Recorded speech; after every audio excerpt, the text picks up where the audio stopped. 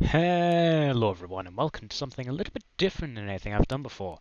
So I've been playing a lot of Payday 2 recently, which is a great game really, and because of that I'm sitting at about, I don't know, 320 hours of Payday 2 or something, so a good chunk. And over these hours I have learned a lot of things about Payday 2, and I've figured them out, I've been taught by the players, and there's a bunch of things that I think everyone who plays Payday 2 should be aware of. So that's why today I'm bringing you all 44 things that I think everyone who plays Payday 2 should be aware of. I've split them into three categories. We have loud heists, stealth heists, and other. Other obviously being the ones that don't really fit in with either of those. So yeah, let's just get straight into it. We're going to be doing loud heist, then stealth heist, and finally other. So let's just begin. Number one in loud heist is Overdrill. If you don't know what Overdrill is, it is a secret vault on the map First World Bank. You can only access it on the Death Wish difficulty. Has to be loud. You need 4 people to stand in very specific locations, looking in specific directions. At which point you'll hear a little red beeping. Well, you'll hear red beeping. There'll be a little like LED. They'll start beeping and bright red and be bright red. Sorry, I'm getting confused with my words. And after that, you'll be able to place a 2,000-second drill.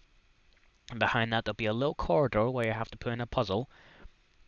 And once you've done that, it'll open the overvault. Now you may be wondering, what could be worth doing a 2,000-second drill on the Death Wish difficulty on loud? Well, it has 70 bags of gold. So I'm generally going to be wanting to do this when I do First World Bank Death Wish loud, because that 70 bags of gold is an immense payday. Your payday, I'm assuming you obviously get all of them, will be about 43 million offshore. So I'm interested in doing that. Number 2. Watch Dogs Day 2. You can carry the bags to the exit.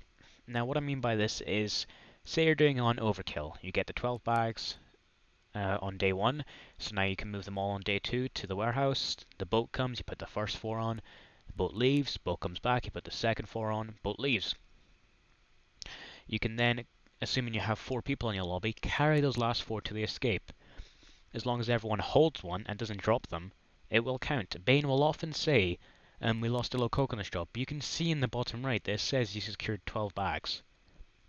So it just saves a lot of time. Number 3, don't overdo it. Don't be like a low level going into Death Wish loud. I can understand if maybe you've like maxed out grinder or something in your infamy, but if you're like, just a low level and you're using maybe like armor, perk deck or something, don't. It's not going to go well for you. Number 4, I'm going to try and get every bag of loot I can. If possible, I will get every single bag of loot on the map, just because I want that loot, I want that extra money. I often host lobbies, so I at least want to be making my money back, and on top of that, I want to be making a profit, because I'm always on that quest to get to the next level of infamy. And if I'm, just cutting it even on every heist, I'm never going to be able to get the offshore money required. So I will be going for every single bag of loot I can get. But, number 5, if shit does hit the fan, I'm liking it. Say you're playing Big Bank. You've got maybe 10 bags to the escape, and there's another 8 or something lying inside the vault. Say then the captain spawns, and because of that, a big rush of dozers, tasers, cloakers, and every little fucking thing under the sun comes to say hi. The other 3 teammates get bulldozed down. No pun intended. And because of that, you're staying there. You're thinking, okay, there's no chance in hell I can get them. I will, in that situation, just go to the escape. I'd rather complete the heist than have to restart. I don't like restarting. And number 6, on loud, don't bring body bags. They serve no equipment. They serve no purpose whatsoever. Just don't bring them. Number 7, some people sometimes like to bring ECMs when they're going loud, and I can understand this. I know, obviously, if you're going to do, if you're going to like control the SWAT van tower or something, because if you don't know, ECMs will turn the SWAT van tower against the cops, and this can be quite useful, but even with maxed out ECMs, you're going to get a maximum of a minute if you place them well. So it's not worth it. Bring a dock bag, bring an ammo bag, it'll be a lot better. Okay. Number 8, on Death Wish, armor isn't that good. It works if you go all out, but Dodge and Grinder are just better, okay? Just bear that in mind. Number 9, you need to remember armor isn't even needed for loud. Like I said before, you can use dodge, you can use grinder. I mean, I've seen some people who run like muscle perk deck and just run around in a suit. And personally, I could never do that, but if it works for them. I think I saw someone who was running around the suit with the muscle perk deck, and they had, I think it's hostage taker and mastermind, so they were getting health from just having hostages, and that was an interesting tactic. Number 10, if you are using armor, go Tech Forcer. This means that you have perks in Enforcer and Technician, Iron Man from Enforcer and Bulletproof from Technician. Combine that with the armor perk deck, and you're sitting at about 300 odd armor. If you're going to be doing loud and you're going to be doing armor, that's the best way to do it. Number 11, to get the max amount of money on rats, what you do is you cook all 7 bags on the first day, then you deliver them to the Mendozas on the second day, then you get the cash because you delivered the meth, you go upstairs, you get the cash, you get the intel, get that to the van, at which point you then go up to the Mendozas at the truck, you kill them, and you take that meth back, put it in the van, extra 7 bags of meth loot, more money. Then on the third day, you use the intel, you get every single bag of money off the bus. I think there's supposed to be about 12 or 13, so that's a good extra payday right there. Number 12, bear in mind, Mendozas don't use Mach 10s, they use mini nukes. That is what they use to kill you. They hit way too hard. Be cautious of them. Number 13, you need to bear in mind, on day 1 of rats or cook-off, Bane can be dumb. He'll often tell you the wrong thing, so wait for the audio cue. Wait for him to say, we need some hydrogen chloride in there, then give a couple seconds and you'll say, I'm 56% sure, I'm 97% sure, what could possibly go wrong, anything like that, and you're fine, use it. But if he says, wait, then you wait and see what he has to say, and then you put in that. So if he says, we need some hydrogen chloride in there, wait, it's supposed to be muriatic acid, put in the acid. I have blown up the lab multiple times because of failing to do that. Number 14, if the captain shows up, I'm going to do everything in my power to kill him. Quite simply, he is Ebola. He is so horrible, but he makes the game intense, which I like, but I'm still going to do everything I can to kill him, because he will make the game impossible. Number 15, a good way to take down the captain is with fire, whether this be Molotovs or the flamethrower. It just takes down a lot of health, just because the fire is continuous damage, and you can easily get it to him. Just throw a Molotov even at one of the shields. If it hits the shield, then he will be in the range of it. Use the flamethrower, just run up to the shield, run around him, shooting. And you've got no problem right there. Number 16, if you bring silent drills, I will love you. It's just that simple. 17, if we're doing standard bag or big bag or go bag or transports, please someone bring a saw. Get those safety deposits open as soon as possible, sorry. Number 18, I'm not stealthing Firestarter day 1, fuck off. Number 19, on transports, there needs to be 3 people bringing shaped charges so we can blow open all the trucks as soon as possible, then get the 4th person with the saw in to saw them, get the loot, get to the escape, nice and smoothly. Number 20, just because I'm not dying doesn't mean I'm a hacker, okay? I have actually been accused of being a hacker multiple times. I'm not a hacker. I hate people that hack. And because of this, it's just very annoying. Just because I'm not going down doesn't mean I'm a hacker. It means I'm using Grinder or something. Or in other people's cases, it means they're just good at the game. I'm not. I'm just using Grinder. Number 21, snipers are doom. They are so powerful. You need to stay out of their way. When you see that red laser, you need to target the person it's coming from instantly.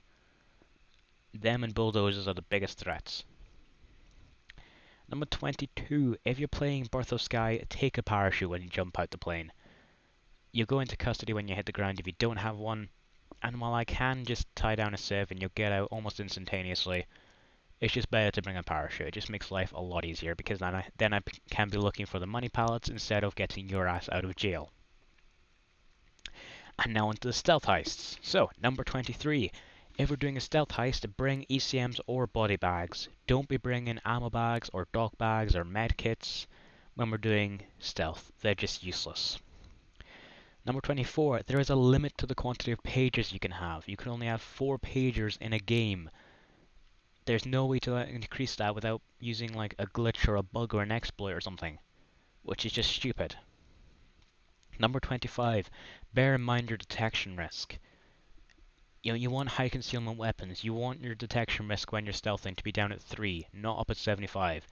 And often the difference can be one weapon. So just think about it. Number 26, bring a silenced gun. I personally like using silenced pistols because they're nice and easy to use. And you just need one. If you're doing stealth, you need a silenced gun. But number 27, bear in mind, if there's a bunch of civilians on the map you're doing, it can be good to bring a loud gun if you have control freak, so then you can control the civilians just by shooting your primary, whether that be an assault rifle or whatever. Just shoot that. If you got control freak, all the civilians will get down. Number 28, you cannot do car shop or shadow raid loud. Don't even try. ECM rushing is stupid. Just do the heist properly. Okay? Number 29, if you're doing the diamond and you see an artifact in a case, you have to use the glass cutter to get it out of there. Don't smash the case, that sets off the alarm. Just beware of that. And on to other. Number 30, don't lockpick when I'm picking. I can understand it if there's like one thing to pick and you've got lockpicking ace and I don't. So I take 20 seconds, you take 15. And I've just started, so you're saving us 5 seconds. I can get that sometimes. But if there's a bunch of things we have to pick, like if we're lockpicking safety deposit boxes or something, pick a different one. There's tons there. Number 31, use the tactic. Set the tactic to what you want to do if you're hosting. This will generally avoid people coming in and saying, oh, is it loud, oh, is it stealth, and that can save a lot of effort. And at the same time, check before you go into lobby if they have set the tactic to loud or stealth. But, number 32, I will be honest, there have been times where I've seen a heist in CrimeNet and I thought, ooh, I want to do that. Click on it, enter, didn't even look at the tactic, I didn't stop to think. Just look at their equipment and you'll be able to tell if they're doing loud or stealth. You just think about it. Generally look at their equipment. They're bringing body bags and ECMs, they're doing stealth. Bringing ammo bags and doc bags, they're probably doing loud. Or they're just really dumb. Number 33, prepare what you're going to do for pro jobs. I think the best tactic if you're going to try and stealth on a pro job is to have 2 people doing stealth, 2 people doing loud. So loud people just stay in the back, and if the stealth people screw it up, they can go in and they can do it. However, I'm generally lazy, so I just like to do pro jobs loud, even the elephants ones. Number 39, if you're doing anything in the technician tree, whether it be going for shape charges or you're going for bulletproof, get the drill skills on the way. Don't get the assault rifle skills, they're not really worth it. I mean, you may have to pick up 1 or 2 of them, but get drill skills, they're the best things there. Number 35, there are a lot of DLCs in this game, and a lot of them are worth picking up. I'll admit a couple of them I personally don't have because they don't appeal to me, but I have all the heists, I have almost all the weapon packs, and I use a lot of them.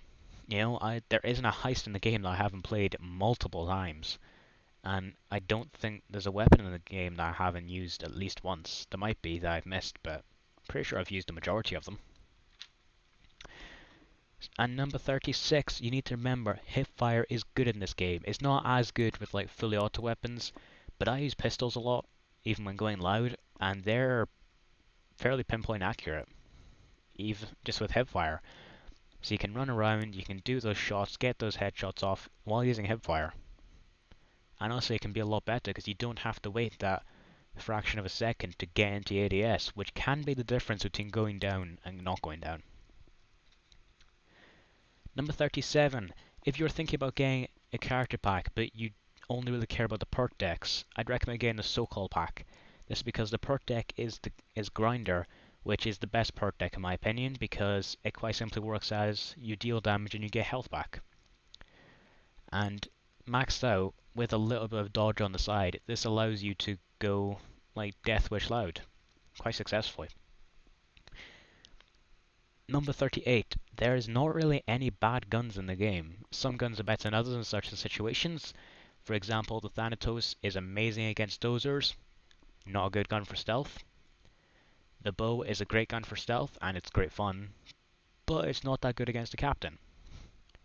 So just bear in mind, mod your weapons appropriately and bring weapons appropriately, but in general, there's not really any bad guns.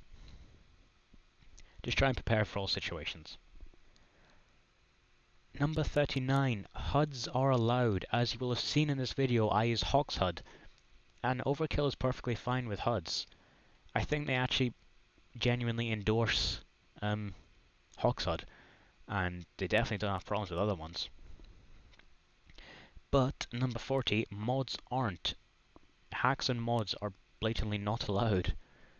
God mode is not allowed. Tripling your armor is not allowed. Adding more masks isn't allowed. Just don't do it, you'll get banned. Number 41. Check if someone has the keys before you drill open gates. Say you're doing Big Bank or Golden Ring Casino or something with those metal grates that you need to get past to get to loot. Check if someone has keys before you put drills down, because that can save you a lot of time, even if you have drill skills. Just look at the inventory as you can see. Number 42. Use dock bags appropriately. If you've just gone down a few health points and you haven't even gone down, don't use a dock bag. Either use a medkit or wait. Dock bags reset your downs. Use that appropriately. Once you go grey, that's when you use them.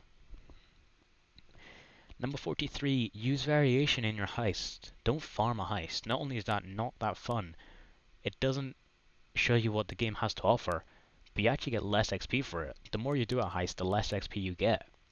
So it's best to just go around and do loads of different heists. That's what I do. I mean, you don't even have to do every single heist. You see, obviously it'll be a little bit up now showing the boost thing when you haven't done a heist in a while. There's a good few of those I had, because I hadn't played them a while, but I had to specifically go on my way to farm Ukrainian job just to get that minus 3%, or I might even be minus 1%, I think. Because I hate farming. It completely goes against what the game tries to get you to do. And finally, number 44, communicate. This is a co-op game. You need to communicate. I'm not saying you have to have full-length conversations in every single game, but those can be quite cool anyway. You know, if you go in a game, you just say hi. Who knows, maybe you could strike up a conversation, maybe you might find someone you like, add to one's team. You may end up playing Payday 2 all the time, or even other games, just because you said hi. And you don't even have to do that, just a little bit of communication in the games can be very useful. If you're doing stealth, just saying, oh, I've used a pager, just so you know, then everyone else does that and you'll know when you're out of pagers, or, assuming you don't use a HUD that is.